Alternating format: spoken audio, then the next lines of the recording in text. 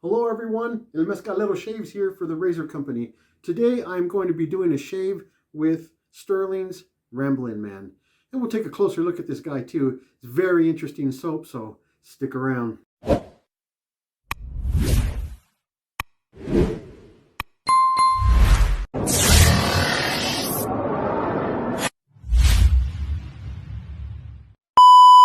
Hey, welcome back everyone. So good to see you. So happy that you're here. So today, like I said, we're going to be doing a shave with Stirling's Ramblin Man. So this is a 5.8 ounce tub, and it is an homage to the House of Creed Himalaya. Here is here's the pour here.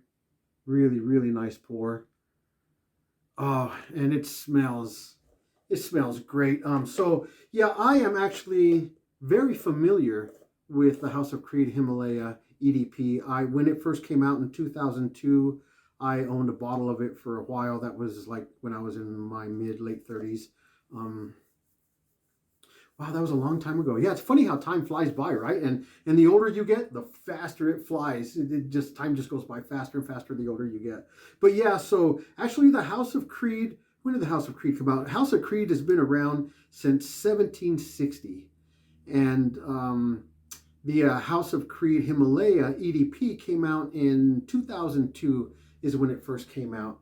And it was, here, I got some notes here that I'll read for you. The House of Creed, in 2002, Edwin Creed contributed to the creation of his first fragrance, Himalaya, a clean, woody, invigorating scent inspired by Oliver Creed's climb of the Himalaya mountains, featuring citrus top notes and warm middle notes. And you can get, here is a 100 milliliter bottle or 3.3 ounces of Stirling Ramblin Man Aftershave. You can get a bottle of Creed's EDP, same size here, and that's going to run you about $490 today. And it is really good stuff. And yeah, when I opened this up, it took me back to the early 2000s. Oh, that is so good. That is such a beautiful scent. So anyway, let's go over what I'm going to be using. Of course, Ramblin Man. And you can get this soap over at the Razor Company. You can get the Splash, Ramblin Man Aftershave Splash over at the Razor Company. And I am also going to be using Stirling. It's a Stirling day today. So I'm going to be using Stirling's Unscented Glacial Preshave soap, and this also again at the Razor Company. Go over there, check them out. They got a lot of really good stuff over there. And as far as the blade I'm going to be using, I'll be using the new high stainless feather blade. And let's see, I'm going to be using the Simpson's Trafalgar 2 synthetic knot. And the razor I'm going to be using, my old vintage, I believe this is a 1936 Gillette Tech. Let me see if I got the information right here. No, I'm sorry. So this vintage Tech here, I don't know if I don't think they lost their patent to this. Their patent expired, so there was no like numbers and letters telling you what year these were made between 1939 and 1947. There we go. Now I've got my numbers right. The only way you could tell is by the rinse channels down here. The rinse channels under here, they're kind of like a triangular rinse channel. They're not an oval rinse channel, or they're not squared off at the ends. It's kind of like a triangular rinse channel. That's the only, they had to find some way of marking their razors, right? To say, okay, these were produced between this year and this year. So yeah, this is a 1939 vintage Gillette Tech. And it's, I had it revamped over at the Razor Emporium. It's a Prospector's Edition. The top plate and the handle are 24 karat gold, and then the base plate's rhodium. So yeah, very attractive guy. I like it. This is actually my very first vintage razor I ever bought, and I sent it off. And so now I got massive collection, just like everybody else, right? I'm sure the people, all of us guys in the traditional wet shaving community, we don't just buy one thing and we're happy with it. You know, we've got to go and buy all kinds of stuff, because all kinds of stuff is so great. And you know, it's pretty funny because they say, get into traditional wet shaving. It's cheaper. You'll save money. Yeah, right. So anyway, I've got my Geo Fat Boy Shave Nation Alum Block here. And yeah, we're going to get started here. And I'll speak a little bit more about this shave soap here. I forgot to mention that I do have my feather blade loaded up in this razor already. You can see the blade there. You just want to make sure that the reveal on it is even on both ends. I actually shimmed it earlier with another blade, and it was not lined up. And I was like, oh, is there something wrong with my razor? I store it properly and I clean it all the time, and no, it's just that it wasn't meant to be made more aggressive, to be forced to be made more aggressive. Like the Merkur 34C, you can shim that guy and make it a little bit more aggressive. Can't do that here. And this does have a little bit of blade reveal or overhang, whichever you prefer to call it, on the edges here. But yeah, it's such a sleek little razor that probably ain't gonna bother you at all. It doesn't bother me anyway. So I am gonna dip my brush in some water. It's a Simpson's, what am I trying to say? A synthetic knot, so you really don't need to soak it. Just dip it, get it wet. And I am going to get my face and pre-shave on my face here real quick. And then we'll get this shave going. So I really like this Glacial stuff. It's actually pretty powerful, to be honest with you. It has a lot of menthol in it. I think the menthol in it is very, very strong because it is called Glacial. And they do have one that's menthol, and then they have a regular one, and you can get all those over at the razor company also. But Glacial, I believe, is the strongest one. And it is strong. It's almost to the point where it'll clear out your nostrils. You notice it with your eyes. If you're sluggish in the morning and shaving in the morning, oh, it's going to wake you up. It's going to wake your senses up for sure. You're going to notice it's on your face. There's no denying that. When you put that Glacial or that menthol on your face, it'll wake you up. So I've got the pre-shave on my face. I'm going to go ahead and start loading up my brush here. And let's talk about this soap a little bit. So when you go to the Stirling, and before I mention, I just want to say this is a typical Stirling soap, right? And what I mean by typical is the scent. Oh, the scent is amazing. And the performance, well, the performance is stellar. I mean, all of the shave soaps that I've used from Stirling, they're all really, really good soaps. I've never had a negative experience with any of their soaps, and the razor company carries quite a bit of them, so go check them out if you're interested in Stirling shave soaps. You can find quite a bit there, and you can find a lot of Stirling aftershaves over at the razor company also. Like I said, it's a good site, man. Go check it out. And so anyway, Ramblin Man, on the website, on Stirling website, it says they list Ramblin Man as, let's get some soap on my face here. It says Ramblin Man, another amazing scent in the Stirling Man lineup. An intense masculine blend of citrus top notes, sandalwood middle notes, and a dense base of musk cedar and ambergris. This is certainly a scent that will stick with you and bring others in for a closer sniff. And like I said, I did own a bottle of the Himalayan EDP, and this is actually pretty spot on. It's very spot on. As soon as I took a sniff of it, yeah, you can tell it's exactly as I remember it. I don't have a bottle now, and I don't have a bottle of the EDP, the Himalayan EDP, and I haven't had a bottle for a long time, but the scent's very familiar. And it took me back right away. This is an awesome brush. I've never used this Simpson Trafalgar 2, and I've never had a synthetic brush with this much body. This is like super, super dense.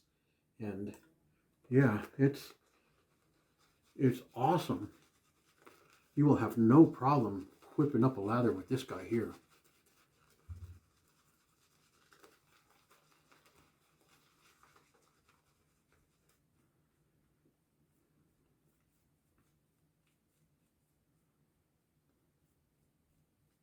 And I got 1 day's growth.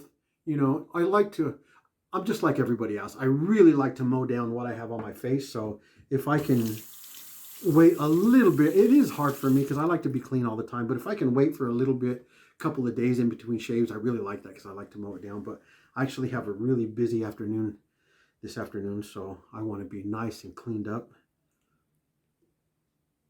for my events later. So I'm gonna throw down a shave here, and this Ramblin Man's been screaming at me to get to it also, so I figured, well, I need to do a shave. Might as well do a shave with it because it's been screaming at me, and might as well let you guys know what it's all about if you guys don't know, right? Because it's really, really good stuff.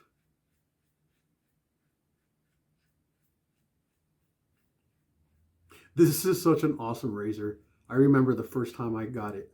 I received it the first time I got it, I'm lying. When I didn't shave with it the first time I got it. The first time I got it, it was in pretty bad shape. I sanitized it, I cleaned it, and even after I cleaned it and sanitized it, I still didn't feel comfortable using it because it was in such a bad shape.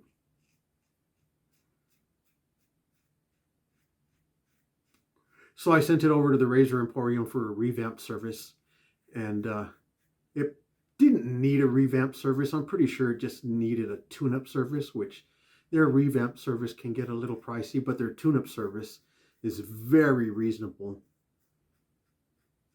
And their tune-up service, what they do is they just clean it up really good for you. I think they even polish it too. They're not going to replate it, but they will polish it, and they will make sure that it's back to factory specs as far as anything that's misaligned or anything that's bent. They'll bend it back. You know, they're going to, in summary, they're going to send it back to you in shape where you can grab it and start shaving with it right away.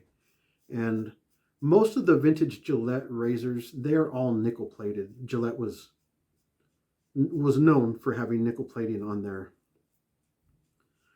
razors, and I didn't want a nickel plated one.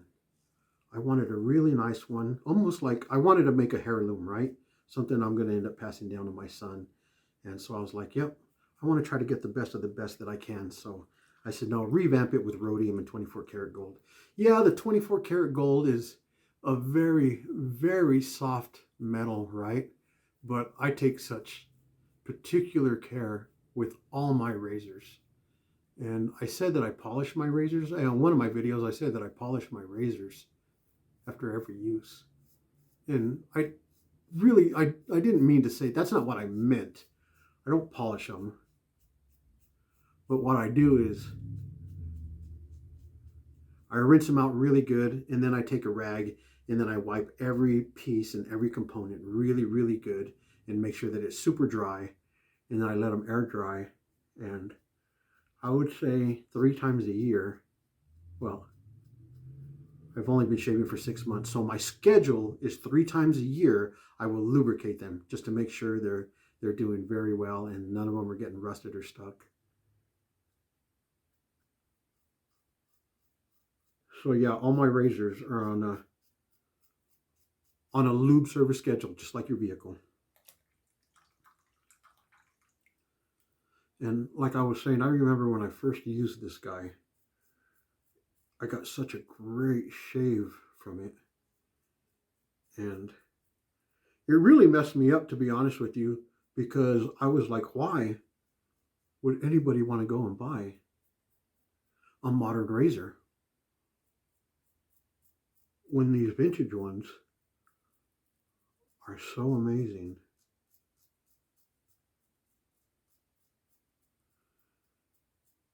And then I figured, well, because I want it, that's why, right? I mean, do you need it? No. Do I need all them razors behind me? No. But man, it's sure nice. It's sure nice to have them. And you have options. You don't feel like shaving with this one today? You have options. You can shave with something else. It's nice to have those options. And then a lot of us that make the videos and YouTube videos and we're reviewing them, it's almost mandatory to get the latest or greatest or to just review the newest addition to your collection, right? And I dig it. I actually started shaving because I ran across a video on YouTube of somebody, they were wet shaving, traditional wet shaving. I was like, hey, that's interesting. And I bought myself a Merkur 34C and I shaved with it. And I was like, oh, that is just so amazing. And I kept watching shaving videos and I was like, hey, now I want to make shaving videos. And then I started making them. And here I am, 6 months later, here I am still making them. And I don't think I'm going to go anywhere. I actually went down that rabbit hole. And yeah, now I got a whole little studio here, miniature little studio here where I do my shaves. And I'm like, yeah, I'm invested. But you always invest in stuff you're interested in, right? So it's a good thing. My wife comes in here. She says, how much of this stuff do you need? You have an addiction. And I said, hey, I could be addicted to worse things. So this is a good addiction here. It helps me out. I can do videos. It helps other people out. This is a good thing. She used to say that. She don't say that anymore. Now she's used to it.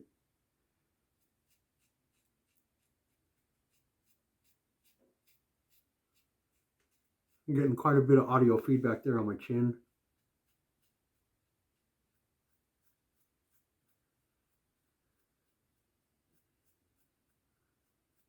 Such a nice razor. Super, super nice razor. And this Ramblin Man, this soap smells so good. This soap, such a great performer. I mean, my skin is so slick with this formula here. It's got beef tallow, lanolin. Yeah, it's just got stuff. It's got ingredients that are super, super good for your skin. And yeah, you can't go wrong with the Stirling soaps. So I'm very interested, not only to put the splash on to see how the splash smells, but like a half hour to an hour later, right? After you put the splash on, a half hour later, 45 minutes later, you get the dry down, right? And through the whole dry down time, you're getting different levels. Them notes are just spitting out different scents. And yeah, it's a beautiful thing.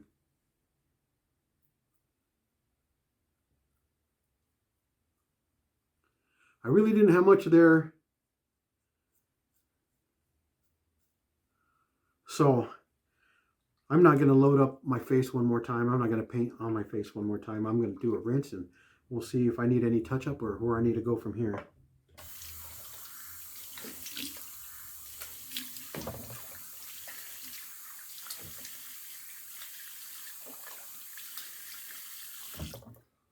That is so amazing. That is so amazing. Oh man, my face is still really, really slick. That's wild.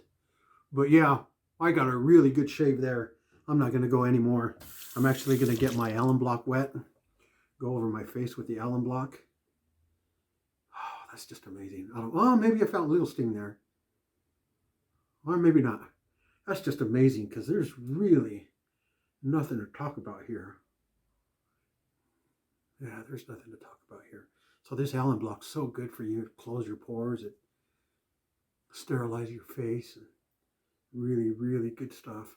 I don't feel anything there, guys. That little razor is amazing. It cleans you up the way it's supposed to without taking too much off. So yeah, beautiful. Beautiful soap. My face is so slick. It feels like I got grease on my face, to be honest with you. And that's how slick this soap is. So leave this on for about 30 seconds. I'm going to rinse off. And then we'll apply some splash.